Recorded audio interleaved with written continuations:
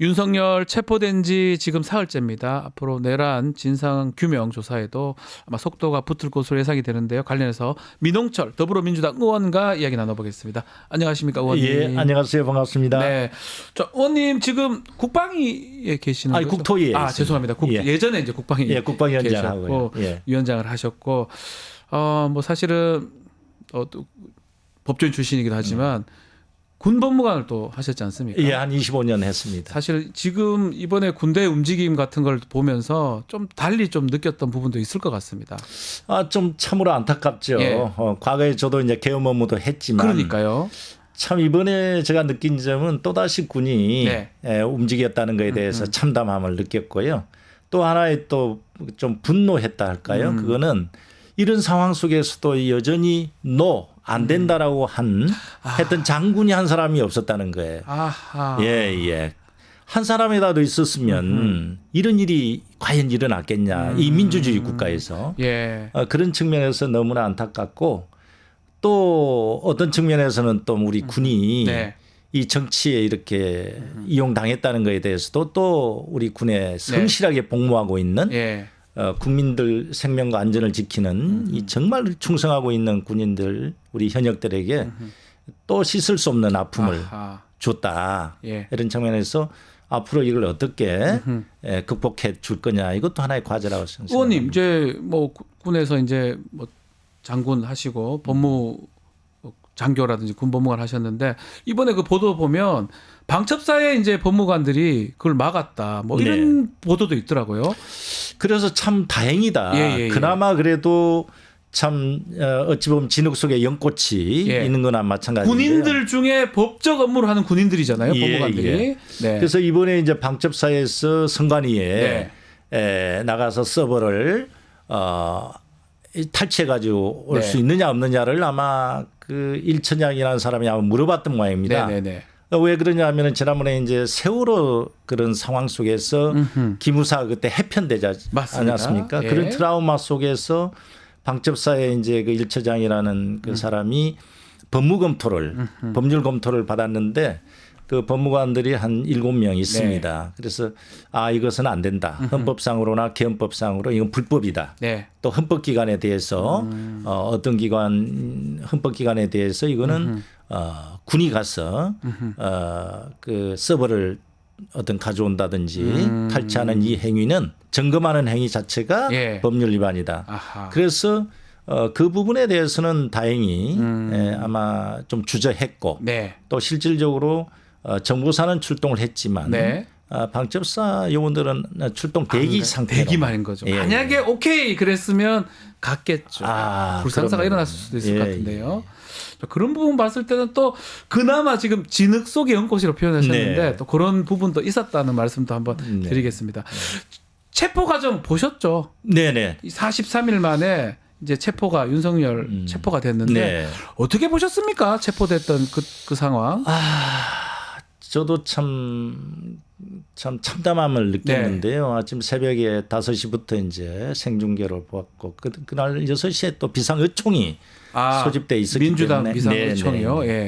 그래서 과연 우리나라의 국격이 저렇게까지도 손상될 수 있을까? 그 원인을 참 윤석열 참 내란 우두머리죠.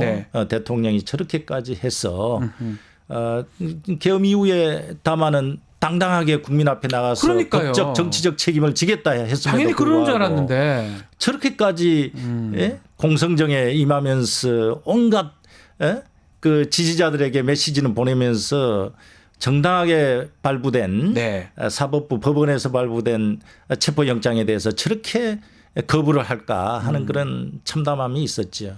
자, 결국 체포가 됐고 이제는 어쩌면 법률의 시간, 조사, 법조의 시간이라고 해도 이제 무방한 것 같은데 지금 공수처 최초 조사는 비협조적이더라고요. 오늘 보도나 오늘 좀 알려진 바에 따르면 진술 거부권을 행사했다고 하는데 동문서답을 했다는 얘기도 있어요. 묻는 거도 답하지 않고 딴 얘기를 했다는 얘기도 있고 날인도 거부했다고 그러고 조사를 더 이상 받지 않겠다라고 또 얘기도 하고 어떻게 보십니까? 그 자체가 이제 당당하지 못한 모습이죠. 평생 검사로서 했고 검찰총장을 역임한 사람으로서 그렇게까지 대한민국의 법치주의를 무시하고 말이죠. 본인이 할 때는 옳고 본인이 당할 때는 또 틀리다. 이 말은 내로남불이죠. 본인이 검사나 총장할 때는 다 하고. 그거는 달리 볼 게 아니라 시간을 끌면서 본인을 지지하는 지지 세력 일부에 대해서 정치적으로 보내는 어떤 메시지를 내 혼자 투쟁을 하고 있다. 이런 모습을 보여주고 있는 것이 아닌가. 그러나 결코 본인에게는 도움이 되지 않을 것이다. 저는 그렇게 생각을 합니다. 오늘 10시에 공수처에서 조사 출석해라 통보를 했는데 안 나가겠다고 하거든요. 이거 뭐 인치 방법이 있습니까? 그러다면 이제 그 법적 절차에 따라서 강제 인치할 수도 있고 물론 인치한다 해서 뭐 진술하지는 않겠습니다만은 그렇죠. 뭐 붙잡아올 수는 없는 거니까. 그러나 아마 사전 조사 다 돼 있을 거고요. 그다음에 또 중요 임무 수행자들의 즉 공범들에 대한 이미 공소가 제기돼 있고 공소장이 다 있지 않습니까? 그래서 충분히 묵비권이라든지 협조를 안 하더라도. 아마 충분히 뭐 조사 내지는 또 영장 청구하는 데는 뭐 지장이 없을 것이다. 저는 그렇게 봅니다. 자, 그 와중에 체포 적부심 또 기각이 됐습니다. 중앙법원에서 했었는데요. 이제 시간은 저녁까지 구속영장 청구하는 거 왜 48시간 안에 해야 되니까 어떻게 전망하십니까?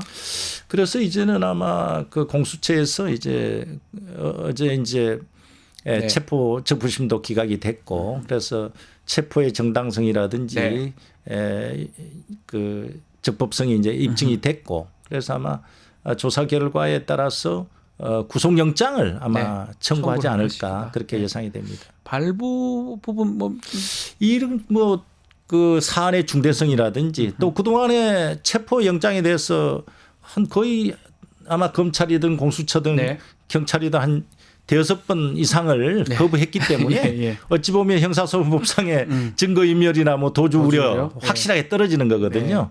그래서 뭐 어제도 또 체포 적부심도 기각이 됐고 그래서 법원에서는 아마 구속영장 거의 발부되리라 저는 그렇게 예상을 합니다.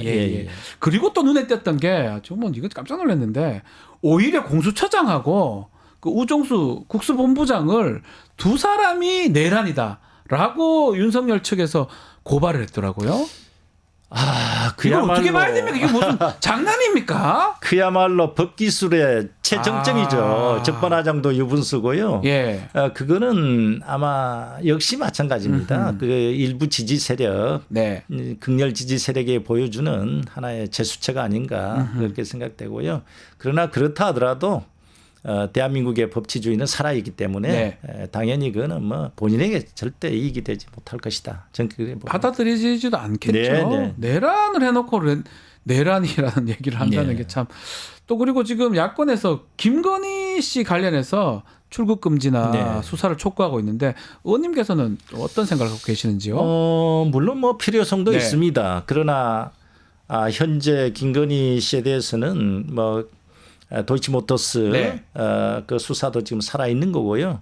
또 창원지검에서 지금 진행되고 있는 명태균 게이트에 대한 수사가 지금 한참 진행되어 있고 여러 가지 그 녹취록도 나오고 있지 않습니까? 그래서 검찰에서 수사를 지금 현재 하고 있기 때문에 아마 검찰에서 필요성에 의하면은 뭐 출국 금지도 할 수 있다. 저는 그렇게 보는데 저희들이 그 요구하기에는 다소 조금 신중해야 되지 않을까 생각을 합니다. 조국 혁신당에서 요구를 했던 걸로 제가 알고 있거든요. 저는 개인적으로는 동의합니다. 동의는 하는데 민주당 차원에서 하기에는 조금 그렇다는 말씀이에요. 왜냐하면 이제 그 사법 절차에다 맡기는 것도 아마 필요하다. 저는 그렇게 생각을 합니다. 창원지검에서도 하고도 있고 이러니까 혹시나 도망가거나 출국하거나 이러지는 않을까요? 그렇지는 않죠. 않을 것이다. 이렇게 보시는 거군요. 또 부부 금슬이 좋다고 하니까요. 뭐 면회가 되는지 모르겠는데 하여튼 알겠습니다. 자, 탄핵 심판 얘기도 하면 지금 2차 변론기를 열었거든요. 이제 3차, 2차 특히 미뤄달라는 그 윤석열 변호인 측의 요청을 헌재가 받아들이지 않았습니다. 지금 헌법재판소 상황도 한번 짚어주시면 좋을 것 같습니다. 그래서 현재 이제 그 5명에서 이제 6명에서 2분이 이제 두 분 더 돼서 추가됐고 8분이 지금 한 분이 재판관이죠. 이제 현재 대기 중에 있는데요. 예. 8분으로 구성돼 있어서 다행히 이제 심리는 계속 할 수 있는 여건은 돼 있습니다. 네. 그리고 헌법재판소에 지금 준비기일과 변론기일을 한 2번 했습니다만 예. 보니까 이 사안의 중대성 그리고 명확한 이 문제 때문에 아마 심리를 좀 신속하게 하려고 하는 어떤 의중이 있지 않은가 저는 개인적으로 그렇게 네. 판단이 돼서 아마 빨리 진행되지 않을까. 진행이 빨리 될 것이다. 그렇게 생각하고 있습니다. 그 한 분 마은혁 지금 재판관 예. 그 임명이 나중에 되는 겁니까? 어떻게 되는 겁니까? 그래서 지금 국회에서 지금 권한쟁의 심판 네. 우원식 의장이 했더라고요. 예, 했습니다만은 뭐 그렇게 되면은 이제 임명도 또 사실상 해야 되지 않을까 저는 네. 그렇게 생각합니다. 임명을 해야 될 예, 것이다. 예. 그럼 9 다 갖춰져서 결정을 내리고 심판을 네. 할 수도 있겠네요. 예. 그 부분도 봐야 될 것 같고 어젠가 윤석열 그 변호인 측에서 우리가 로봇입니까? 못합니다. 너무 촉박하게 잡은 것 같다라고 막 그렇게 얘기했는데 재판부에서 받지를 않았더라고요. 네. 하겠다라고 한 건 빨리 진행시키겠다 이렇게 의중을 드러낸 거라고 봐야 됩니까? 그렇죠. 왜냐하면 국가가 안정화를 빨리 시켜야 그러니까요. 되고요. 예. 그리고 이제 과거에 그 박근혜 전 대통령의 탄핵과는 사안 자체가 다르고요. 네. 이것은 명백한 헌법 위반일 뿐만 아니라 우리나라의 민주주의 체제 헌정 질서가 지금 심히 흔들리고 있거든요. 네. 그래서 이것을 빨리 안정화시키고 특히 대외 신인도 경제라든지 네. 대외 신인도를 안정화시키는 게 또 필요하다. 그래서 빨리 신속하게 결론을 내야 되지 않을까 저는 그렇게 생각합니다. 2월 6일 날 이제 변론기일이 잡혀 있는데 그때 김용현 전 장관이 증인으로 이제 나온다고 합니다. 네. 어떻습니까? 김용현 장관도 나오고 뭐 지금 여인영 방첩 사령관 같은 경우도 증인으로 채택이 돼 있고 이 증언을 통해서 윤석열 측한테 이게 유리할 수 있나요? 어떻게 봐야 됩니까?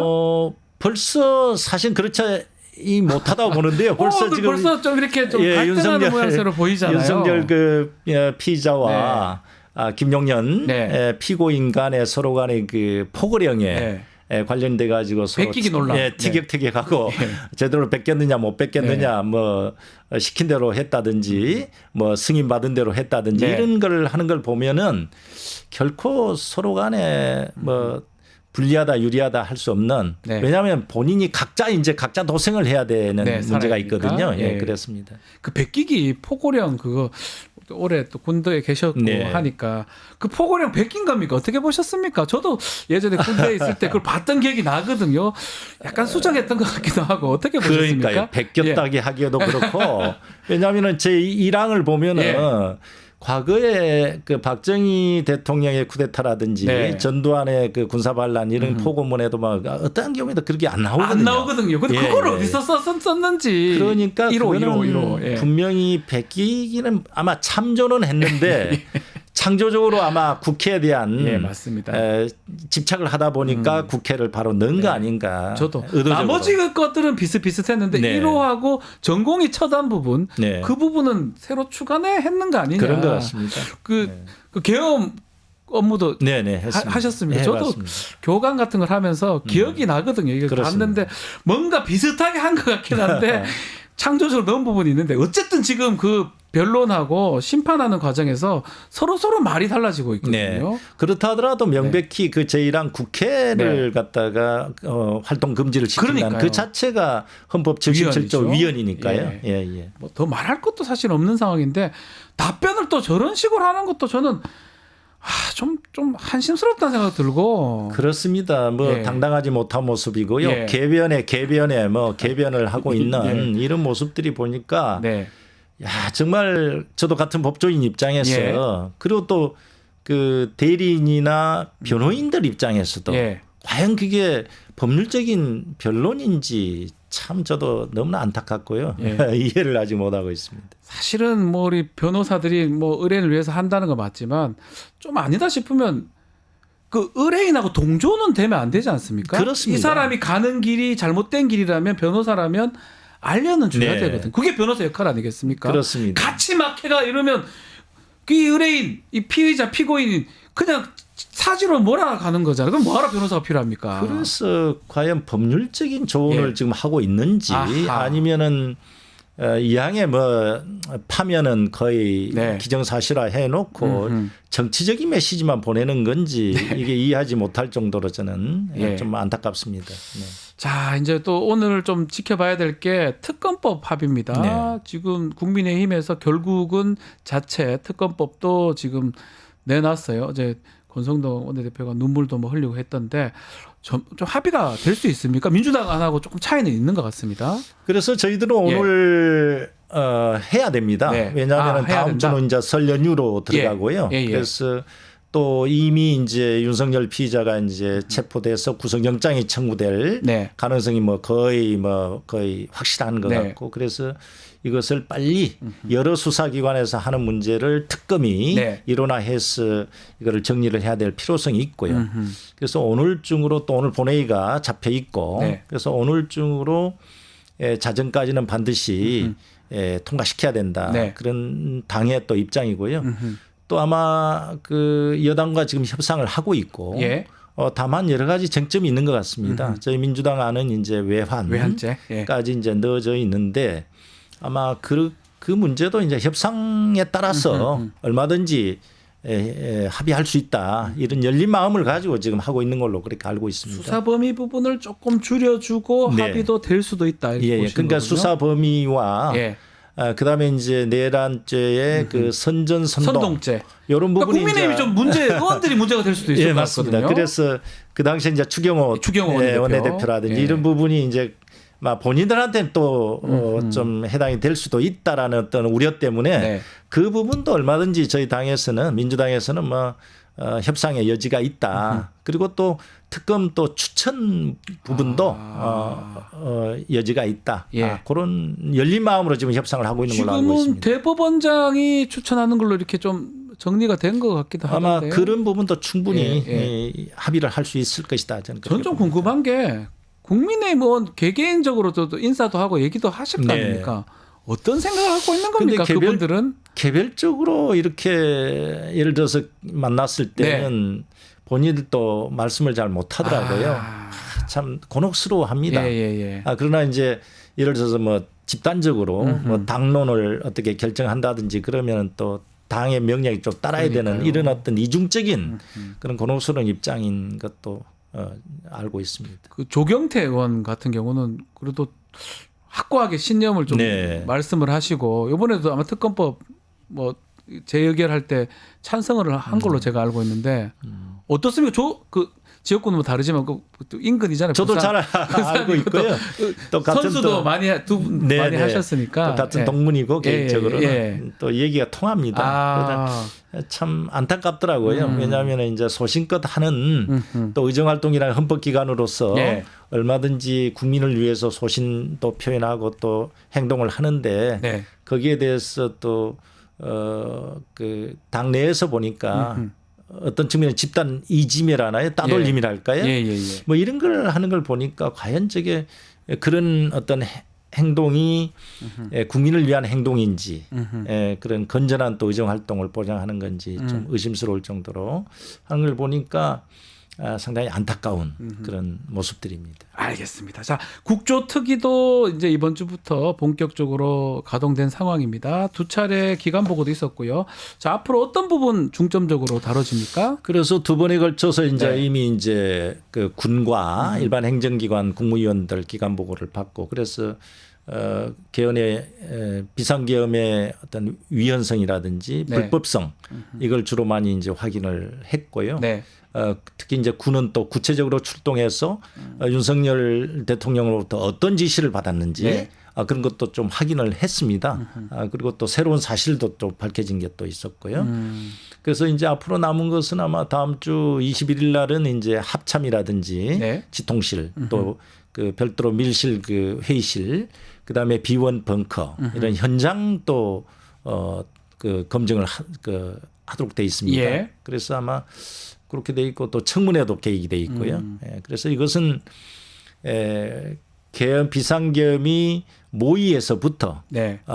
해제 이후 현재까지의 상황을 국회에서 국민들에게 낱낱이 알림으로써 다음에 이런 일이 일어나지 않도록 하는 교훈으로 삼는 측면도 있거든요. 네. 그래서 그런 측면에서 저희들은 지금 하고 있습니다. 국조특위 많은 국민들이 관심을 가지고 보고 있습니다. 또 그게 나중에 또 사법적으로 처리되는 경우도 있고 또 보는데 윤석열 증인 채택됐더라고요. 예.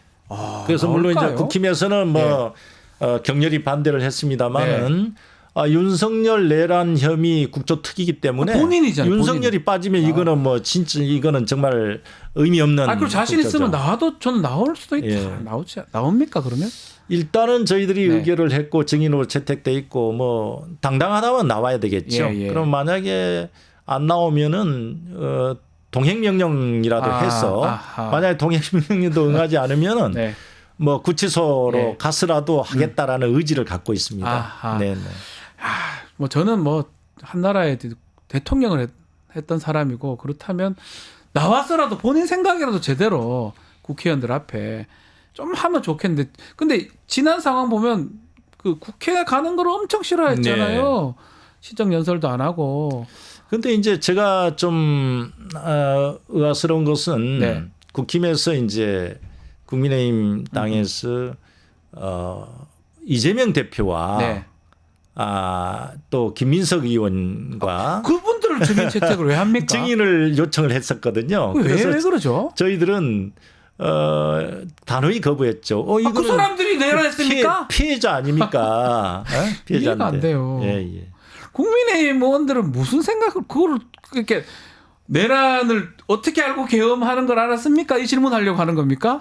아마 그러니까 이제 뭐 확인된 사실에 대해서도 자꾸 이제 뭐 가짜 뉴스 아니냐 이런 것만 얘기를 하더라고요. 그래서 참 안타깝습니다. 알겠습니다. 자, 시간이 다 돼서 오늘 말씀은 아마 여기까지 들어야 될 것 같은데 또 내란 국조특위 지금 특위에 계시니까요. 또 중요한 일 있으면 다음에 다시 또 한번 모시고 이야기 좀 들어보겠습니다. 오늘 말씀 감사합니다. 네, 감사합니다.